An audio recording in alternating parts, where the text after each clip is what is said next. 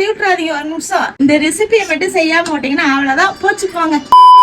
Hi friends, எல்லாம் நல்லா இருக்கீங்களா? இப்போ நம்ம என்ன டிஷ் பார்க்க போறோம்னா, தோசையும் சாப்பிடாதுங்க இந்த மாதிரி செஞ்சு கொடுத்தா ஒண்ணு என்னங்க 4-5 கூட இறங்கலாம். இந்த தோசைக்கு தேவையான சட்னி அரைக்க போறேன். வாங்க எப்படி அரைக்கலாம் பார்த்தலாம். வரமிளகாய் சேர்த்துக்கலாம், வெங்காயம் சேர்த்துக்கலாம், தக்காளி சேர்த்துக்கலாம், உப்பு சேர்த்துக்கலாம், புளி ஒரு சேர்த்துக்கலாம். அரைச்சு எடுத்துட்டு வந்துடலாம். சவான் பண்ணிக்கலாம். தோசைக்கல் வச்சுக்கலாம். தோசைக்கல் நல்லா காஞ்சிச்சு. இப்போ தோசை ஊற்றிக்கலாம்.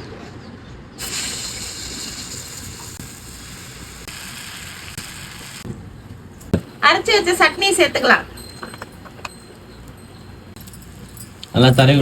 தோசை ஃபுல்லா தரைய விட்டுங்க. இதுல சட்னி சேர்த்துக்கிறேன்னு பயப்படாதீங்க, காரம் அதிகமா இல்ல. இதுல புளி அதெல்லாம் சேர்த்துக்கிறேன், செம்மையா இருக்கு, சுள்ளுன்னு இருக்கும் சாப்பிட்றதுக்கு. இப்ப முட்டை உடைச்சு ஊத்திக்கலாம். டேபிள்ல தரைய விட்டுக்கலாம்.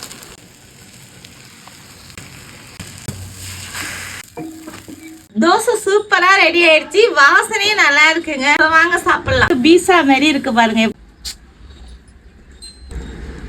அப்படியே தோசை எடுத்து ஒரு சுத்தி அப்படியே சாப்பிட்டா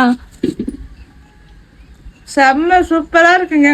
இந்தாப்பா நீ சாப்பிட்டு பாருப்பா. எப்படி இருக்கு? மாமா காரம் இருக்கா? மாமா தோசை